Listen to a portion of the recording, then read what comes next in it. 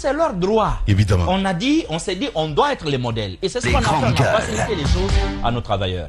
À la fonction publique, l'État est en train de se promener avec une baïonnette, comme on appelle ça, avec des encres de baïonnette pour écrire les noms des absents. Qu'est-ce qu'ils vont en faire? Je pense que les centrales syndicales doivent se saisir sérieusement de cette question. Déjà en 2007, si vous vous souvenez, la question avait été débattue. Non seulement pour la sortie de crise, il faudra exiger que personne ne soit sanctionné pour ça, que personne ne voit son salaire coupé pour ça, parce que c'est une grève provoquée par la bêtise de l'État. C'est même pas des revendications catégorielles seulement, c'est une grève provoquée par la bêtise de l'État. Il faudra exiger pour la sortie de crise, justement, que ces listes-là, qu'on les annule. Ouais. Voilà, cette méthode à la Charlie doit cesser. Bien. Et je veux quand même présenter mes sincères condoléances encore une fois aux familles des victimes. J'ai vu la photo de ce jeune-là, de ce jeune homme tué du côté de Symphonia. Lamine, ouais. Tu as vu son visage? C'est un enfant. 18 ans. Je me demande même. Moi, je me demande parce qu'il a l'air beaucoup plus juvénile même que ses 18 ans. Il devrait faire le brevet. Justement. Quand j'ai vu son visage, un visage angélique comme ça, j'ai vu le témoignage de sa tante, une dame, je crois Fatoumata Bint Diallo, mais j'en ai eu des frissons de partout. Cela ne peut pas émouvoir nos autorités. Eh oui. Au même moment, on reçoit des TikTokers, on reçoit des internautes d'Afrique, on s'enjaille. Ouais. Et les anciens ministres d'ailleurs, hein, normalement, voilà. On va revenir longuement évidemment sur cette question. Pourquoi pas Mohamed Mara un peu plus tard. Jacques, sur le terrain hier. Allez, il est là, notre ami, pardon. Bonjour Daouda Mohamed. Bonjour Lamine, bonjour à tous. Voilà, Moussa Iroba nous a rejoint. Bienvenue madame, bienvenue. Merci, bonjour. Merci Lamine, bonjour à tous. Voilà, Jacques, hier, je le disais, hein, sur le terrain, évidemment, le constat 26, il faut le rappeler, hein, le mot d'ordre a été suivi largement à Conakry, mais aussi à l'intérieur du pays. Évidemment, vous permettrez, avant de venir sur l'analyse, de présenter moi aussi les condoléances aux familles qui ont perdu leurs enfants hier, parce que l'observation qu'on avait fait dans la matinée nous laissait croire que évidemment il n'y aurait pas de violence. Et je crois que comparé à d'autres journées de manifestations à Conakry, on peut dire que c'était nettement différent. Il n'y a pas eu de perturbation, les gens sont restés massivement à la maison. Il va falloir que le procureur général nous aide vraiment à comprendre ce qui s'est passé hier. Parce que là, on ne peut pas dire qu'il y a eu accrochage quelque part. Je ne sais pas moi, je n'étais pas à tous les endroits en même temps, mais les informations que j'ai reçues et qui nous ont été remontées par nos reporters nous laissaient croire qu'il n'y avait pas de scène de violence à proprement parler dans l'ensemble des quartiers de Conakry. Il va falloir élucider la question. Maintenant, sur la grève, oui, largement suivi, parce que habituellement, quand il y avait des modes de grève, c'était les grandes agglomérations qui étaient embarquées. Mais si vous prenez par exemple le secteur de l'éducation, c'est jusqu'au petit village que les écoles n'ont pas ouvert. Ouais. Ça, c'est ça la vérité. Ouais. Parce qu'on peut rester ici et avoir des informations partout dans le pays. Et puis, il y a d'autres secteurs qui sont venus en dernier, ou du moins qui se sont exprimés en dernier, mais qui sont venus très en force. Ouais. C'est le secteur de la finance, c'est le secteur minier, c'est le secteur des transports, notamment les conducteurs de mototaxi. On a vu, en tout cas pour ce qui concerne Conakry, une ville complètement paralysée, alors qu'il n'y avait pas de barricades. Il n'y a pas eu de barricades sur les axes principaux pour dire les gens ne circulent pas. Mais il y avait une réalité qui laissait croire évidemment qu'il y avait un problème et que en retour, les populations ont répondu, mais massivement, à l'appel du mouvement syndical. Qu'est-ce qui pourrait expliquer ce succès pour le mouvement syndical? Moi, j'ai noté 3 principales raisons, parce qu'il y en a d'autres. Avant de revenir sur le succès, parce qu'il faut le rappeler, hier à 11h déjà, il y a eu cette rencontre avec les religieux, Jacques. Oui, il y a eu cette rencontre avec les religieux. Ouais. On le rappelait, il y a eu plusieurs occasions manquées de nos religieux, notamment lorsqu'il y a eu le préavis de grève. Mais avant le préavis de grève, même lorsqu'on a commencé à dénoncer toutes ces dérives autoritaires venant du pouvoir, les religieux n'ont pas pris l'initiative comme leurs homologues du Sénégal ou bien de la RD Congo qui sont très réputés de prendre tout le temps la parole pour interpeller les pouvoirs politiques. Mais il y a eu plus, parce que nous, par exemple, de la presse, nous avons pensé que c'était le dernier rempart. Et puis nous avons été voir le premier imam et puis l'archevêque de Conakry, l'archevêque de l'église catholique, il faut le préciser. Et puis quand on a été, on s'est finalement dit, mais pourquoi est-on venu jusqu'ici? Parce que ils nous ont plus tensé que le pouvoir public lui-même. Donc, comme si, bien entendu, ils étaient en train de répéter le discours qui était tenu par ceux qui tiennent le pouvoir. Mais après, les syndicalistes sont entrés dans la danse et ils ont lancé un préavis. D'abord, ils ont interpellé, ils ont lancé le préavis, ils ont lancé l'avis de grève. Mara a su bien décrire ça. Hier, on n'a pas entendu les religieux. En tout cas, personne n'a levé le petit doigt. C'est quand la grève démarre. D'abord, on commence la veille avec le CNDS et puis les religieux veulent entrer dans la danse la veille. Ça ne marche pas. Le jour J, maintenant, on les reçoit. Ils ont dit qu'ils étaient... Ah d'accord, je t'ai dit qu'ils ont reçu une révélation. Voilà, ils ont je vous ai suivi hier. Les anges en treillis, en béret rouge. Bien. Oui. La plupart des révélations de nos prophètes sont venues des cieux, mais pour eux là, ça vient sous terre. C'est ça. Et des anges en treillis. Je ne crois pas que ce soit des révélations, mais des injonctions.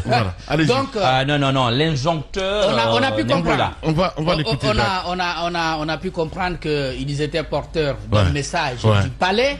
Mais finalement, ils sont allés, pour l'instant, bredouilles. Il y a un discours qui dit... Selon le porte-parole, je veux dire, des syndicalistes, 72 heures les a été données pour 72 essayer... heures. Voilà, 72 heures. Ils arrêtent de se laisser manipuler. Oui, mais je suis d'accord. Pas les manipuler. Évidemment, quand vous écoutez... Ils doivent être le dernier recours, le dernier rempart. Normalement, quand ils ouvrent la bouche, tout le monde devrait se plier. Exact. Non, mais je crois qu'ils se sont laissés tellement faire que finalement... ils ne peuvent que jouer les petits rôles. C'est-à-dire, quand le président dit « faites ça pour moi », ils vont là-bas. Nos patriarches quand même, le pouvoir dit « faites ça pour moi ». Sont des salariés. Après, certains roulent dans les véhicules de l'État. Ils se mettent à la tâche pour aller rencontrer maintenant les protagonistes. Or, ils devraient prendre l'initiative. Les religieux, c'est comme ça. Ailleurs, quand... Dévancer. Quand ils parlent, on dit non, les religieux ne sont pas d'accord avec ça. Ou les religieux interpellent ci, les religieux interpellent ça. Le Guinéen le cas du Sénégal, par exemple, là-bas, c'est encore autre chose. Parce que contrairement à ce qu'ils ont voulu nous dire à travers nos présidents d'association, le Guinéen respecte le leader religieux. Le Guinéen a du respect pour le leader religieux. À voir seulement comment nos mosquées et nos églises fonctionnent, vous comprendrez que lorsque le pasteur ou l'imam parle dans le quartier, tout le monde respecte. Mais c'est parce que on voit en eux, si vous voulez, des représentants de Dieu, et puis des gens qui sont doublés d'une grande vertu et qui, évidemment, essayent de prendre la part de la population, la part du faible. La part du faible. Parce que dans cette situation, quoi qu'on dise, pour le moment, le fort, on le connaît. C'est celui qui a le pouvoir et qui a les armes. Celui qui est faible, mais qui est en train de se battre avec ses moyens de fortune, c'est bien le syndicaliste, c'est le journaliste, c'est le pauvre citoyen, le pauvre paysan. Dans tous les secteurs, de toute façon. Dans tous les secteurs. Donc c'est les pauvres là qui se battent. Ce sont eux les faibles. Si vous ne prenez pas leur part, que vous attendez qu'on vous donne des ordres d'aller rencontrer le faible et lui dire d'accepter sa faiblesse, d'accepter sa misère, d'accepter sa pauvreté, vous n'êtes pas en train de jouer le rôle commandé par les livres saints. Ça, c'est ce qu'il faut bien naturellement noter. Bien. Jacques, on va revenir, si tu permets, parce que évidemment, parce que le succès... Je veux bien. Vous voulez qu'on revienne sur l'analyse complète après? Justement, ça c'est très important. Voilà, mon ami, hier déjà à 12h30, des affrontements, comme on pouvait s'attendre, évidemment, éclatés du côté de Baïlobaya. Il faut le rappeler, Somfonia et Baïlobaya. Le micro, voilà. Autant pour moi, Somfonia Baïlobaya, mais aussi du côté de Amdallah et Concasseur. Nous, on est passé par là, par exemple, on revenait de la ville, on est venu jusqu'à Komandaya pour bifurquer vers l'axe Concasseur-Bessia. Alors, la scène qu'on a vue sur place était inédite, des brûlures de pneus et puis des jeunes gens arrêtés. On a bizarrement vu une femme arrêtée dans l'un des pick-up de la gendarmerie qui était positionné sur place, mais aussi des jeunes gens. Mais on est arrivé pendant que la situation était déjà calme. Et justement, vous savez que généralement du côté de Baïlo-Baya, Sonfonia et Yataya, c'est des axes qui sont généralement très chauds. Où il peut y avoir des affrontements. Du coup, c'est ce qui a occasionné justement la mort du petit dont on a parlé de 18 ans, qui est élève en 10e année, qui devrait donc passer le brevet. Ouais. Mais bizarrement, vous savez comment Koza aussi peut chauffer pendant les manifestations politiques, mais hier il y avait un calme profond qui régnait. Les gens vaquaient à leurs occupations, les véhicules qui étaient là, les véhicules bien évidemment de particuliers passaient. Et sur le tronçon que moi j'ai pu faire d'ici en ville, à mon retour, on constatait l'absence de taxis carrément, il n'y en avait pas. On pouvait observer quelques rares minibus qui faisaient du transport en commun. Mais ces altercations, je pense qu'avec la sensibilisation, on pourrait essayer de les éviter. Parce qu'il faudrait que les jeunes comprennent qu'il ne sert à rien aujourd'hui, quand il y a une mobilisation telle que celle qu'on a vue, parce que sur l'autoroute ici, vous avez vu le calme qui était là, à part à quelques moments de la journée d'Aouda, je pense que c'était aux environs de 14h, 15h, où des jeunes ont essayé de barrer ici la route, mais ça a été, à Condé-Bouilly, ça a été rapidement maîtrisé. Il faudrait que les jeunes apprennent à rester chez eux, qu'ils apprennent à savoir que ce qu'on appelle grève, le fait pour un travailleur de ne pas aller travailler parce que justement il a des réclamations, il voudrait l'amélioration de ses conditions de vie et de travail, ou bien par rapport à certaines revendications qu'on a par rapport soit à son patron ou aux autorités. Ils peuvent rester tranquilles et les choses peuvent bien se passer. Et la mobilisation peut bien marcher, parce que l'autre constat que j'ai fait, c'est qu'au niveau des banques aussi, on constatait l'absence pratiquement par endroits, tout était fermé. Ça veut dire que c'est toutes les couches professionnelles, plusieurs couches professionnels qui sont impliqués, parce qu'on a vu les différents communiqués, notamment de centrales syndicales, notamment on a vu des gens qui évoluent dans les sociétés minières, par exemple, on a vu par exemple des gens qui sont dans les banques, on a vu dans les gens qui sont dans la microfinance. En tout cas, tout le monde se sent concerné par cette situation. Et je pense que ça devrait marcher. Il faudrait que les jeunes acceptent de rester sauf quelques chez eux. Transporteurs, malheureusement. Oui, quelques transporteurs, parce que même le syndicat des mototaxis a fait une sortie pour dire que les gens devraient rester à la maison dimanche pour accompagner ce mouvement. Parce que ce que je voudrais dire aux gens, Lamine, en fait, c'est la vie, c'est la démocratie qui est à l'épreuve. La liberté des Guinéens qui est à l'épreuve. Si ce mouvement réussit, les Guinéens pourront marcher la tête haute. Mais si ce mouvement échoue, ce sera parti pour je ne sais combien de temps, je ne sais pour quel mouvement, quelle dictature qui pourrait s'imposer aux Guinéens. Parce que je me dis que ce que les gens se disent, non, laissez-les, c'est un mouvement, ça va prendre quelques jours et puis ça va se calmer. Les gens ont intérêt à ce que ce mouvement puisse obtenir gain de cause. Je n'oriente rien, mais nous sommes dans une situation, il faudrait que les autorités sachent qu'elles travaillent pour ce peuple-là.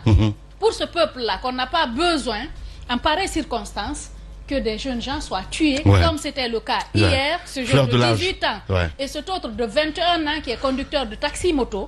Ça veut dire que parmi les autorités, parmi les gouvernants, il y a des assassins. Et on n'en a pas besoin des assassins au sommet de l'État. Pourquoi les policiers et les gendarmes ont des armes? Les grandes gueules. C'est pas la première fois qu'on voilà. Ça, c'est un autre sujet, Mohamed Mara. Non, mais pourquoi ça continue, Lamine? C'est pas une première. Je comprends très bien, c'est pas une première. Ça continue. Je ne vais pas dire que c'est... Il nous a dit le 5 septembre qu'on ne reverrait plus ces genres de choses, qu'il va éviter ces mêmes erreurs. Bien. Pourquoi cela n'est pas corrigé? Tu continues à y croire. Elle finit, s'il te plaît. Non, je ne fais que lui rappeler ce qu'il a promis. Elle finit. Il faut le lui rappeler. Elle finit. Il faut le lui rappeler. Alors qu'on devait éviter les erreurs du passé, on est à plus de 40 morts depuis l'avènement du CNRD au pouvoir. Et hier encore 2 sont tombés. Est-ce qu'on en a besoin? Non, on n'a pas besoin. Au début, on nous a fait comprendre que c'est possible d'arrêter ces personnes-là. Bien sûr. Vous n'avez pas besoin de tirer sur des gens parce que vous avez la gâchette facile. Parce que vous savez que vous avez la possibilité de le faire et que vous n'aurez pas à rendre compte.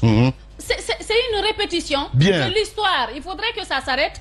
Mais je pense que les Guinéens ont intérêt. Parce qu'aujourd'hui, aucun élève ne peut aller à l'école. J'ai vu, vous voyez quelques-uns sortir, mais c'est avec des risques. Ceux qui sont, par exemple, proches de leur école, mais les grandes gueules. Mais même de toute façon, je veux dire, les anciens, tout le monde est dans le lot. Voilà. Non, mais j'ai vu le rapport d'une école hier. Ouais. Quelques élèves et enseignants qui ont essayé de sortir sont rentrés avec tous les problèmes du monde. Ce qui fait que dans des écoles, ils ont communiqué, ils ont demandé d'arrêter parce que aller à l'école, c'est supposé que tu sois en vie. On est en train de tuer des gens qui sont dans leur maison. Si vous vous permettez de sortir, vous savez comment ça se passe. Quelquefois, soit vous vous faites agresser par des gens qui estiment que vous ne devez pas sortir, ou bien vous vous faites tirer dessus par des hommes en uniforme qui ont la gâchette facile, qui savent que nous sommes dans un pays où on encourage l'impunité. Il faudrait que ça s'arrête. Mais je pense que la mobilisation pourrait donner la force à tout cela. Il faudrait qu'ils comprennent qu'ils sont à la tête de personnes, de citoyens guinéens. Ils ne sont pas dans la jungle où ils peuvent faire ce qu'ils veulent. Nous sommes en République, une nation soudée des citoyens organisés en corporation telles que les syndicalistes sont en train de le démontrer. Il faudrait donc qu'on aille jusqu'au bout parce que sinon ce sera bonjour la dictature. Justement, et ça va continuer, la République qui sera agenouillée. Voilà, dans le moment, on nous apprend aussi, parce que juste après leur rencontre à la présidence de la République, donc les leaders religieux sont dirigés vers la bourse du travail. Et Mohamed Mara a fait nous a informé hier par rapport à Pendessa que selon les religieux, que Pendessa pourrait bénéficier d'une grâce présidentielle. Ben, pour l'instant, je crois qu'il faut s'arrêter. Non. Je vous dis ce qu'il en est. Voilà, Mohamed Mara. On revient sur les faits. C'est une hypothèse. Voilà. Il pourrait bénéficier de la grâce présidentielle, mais ce qui est factuel pour le moment, c'est que le procès en appel aura lieu le 28. Demain. Voilà. Ça, demain. Si les avocats n'avaient pas interjecté. Voilà. C'est les avocats. Les avocats avaient demandé, avaient interjecté appel après la condamnation. Et après, maintenant, c'est le procureur général également qui prend le dossier en main. Et on attend bien de savoir qu'est-ce qu'ils mettront comme contenu dans cet autre rendez-vous que je n'appellerai pas simulacre, mais qui en a tout l'air. Alors, il y a eu cette rencontre, une première rencontre qu'il y a eu avec des religieux. Des religieux. Et je suis très mal à l'aise quand je vais me prononcer sur cette question aujourd'hui parce que le caractère aujourd'hui des religieux devient de plus en plus gênant. Parce que on ne peut pas comprendre que nous soyons déjà dans le feu de l'action, que c'est ce moment que les religieux se bougent. On a vu, d'abord on a vu le préavis de grève, qui par moment on a pensé que les syndicalistes étaient en train de se jouer de nous, et s'ils ont pris autant de jours avant d'aller à l'avis de grève, on dit que non, peut-être qu'ils sont en train d'attendre des propositions de plastique noir entre autres pour tout de suite suspendre le mot d'ordre de grève qui pourrait advenir. C'est une question d'honneur là. Effectivement. C'est une question d'honneur. Les religieux sont restés. De toute façon, au niveau de réputation et tout ce qu'il y a autour, c'est assez compliqué. Avec tous les préjugés qu'on a aujourd'hui sur eux. Justement, les idées reçues, j'ai envie de dire. Voilà. Donc ils n'ont pas intérêt aujourd'hui à lâcher du lest et c'est là de façon facile. Les religieux sont restés. La fenêtre a été ouverte par le préavis de grève. On n'a vu aucun religieux lever le petit doigt pour au moins de sa propre initiative, rencontrer les syndicalistes. Chacun est resté dans son coin. On attendait le mot d'ordre qui viendrait de la présidence pour dire, bon, il faut que vous bougiez à la fin. Donc, ils se sont bougés, après avoir boudé, d'ailleurs, les syndicalistes, après avoir boudé l'appel... on joue un petit peu à l'usure. L'appel injurié du Conseil national du dialogue social, parce que je l'appelle comme ça. Et le préavis, vous l'avez eu. Vous savez, le préalable des syndicalistes, vous attendez à moins de 24 heures du passage à l'action, vous appelez à une réunion un dimanche. Et c'est là, cette invitation est arrivée quand? À quelle heure? Dans la soirée.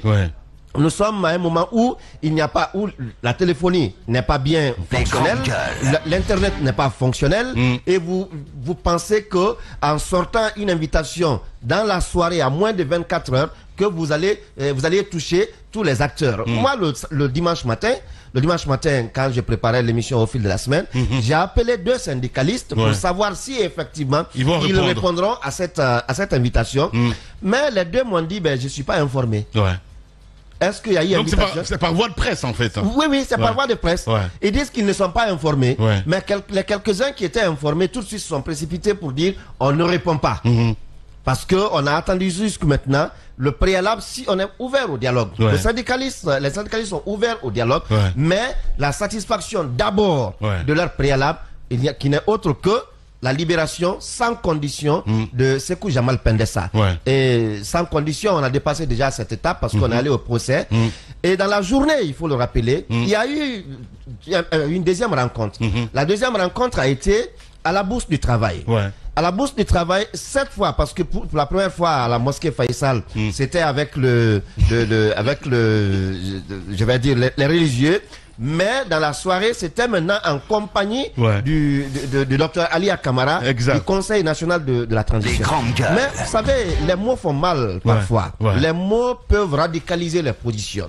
Aujourd'hui, on ne peut pas voir un peu la position des syndicalistes et leur dire ou leur rappeler à un sens de responsabilité. C'est injurieux. C'est injurieux parce que on ne peut pas dire aujourd'hui qu'on va leur rappeler le sens de responsabilité, comme pour dire que ce qu'ils sont en train de faire, c'est irresponsable. Alors que ça n'a rien à voir. C'est un combat syndical, c'est une lutte syndicale, et pour cela, il y a des règles, il y a des principes, il y a des critères d'une lutte syndicale. Et on s'attend à ce qu'on se retrouve tout de suite pendant que le syndicat, le camarade Sékou Jamal Pendessa est détenu, parce qu'il y en a qui se sont posé la question, est-ce que désormais le combat de la presse ou des syndicats, c'est la libération de Sékou Jamal Pendessa, ou c'est les autres plateformes les autres points de la plateforme revendicative? J'ai répondu à certains. Si aujourd'hui le nom de Sékou Jamal Pendessa revient le plus, c'est parce que c'est le préalable à aller autour de la table. C'est pas compliqué. Hein. Ils sont ouverts au dialogue.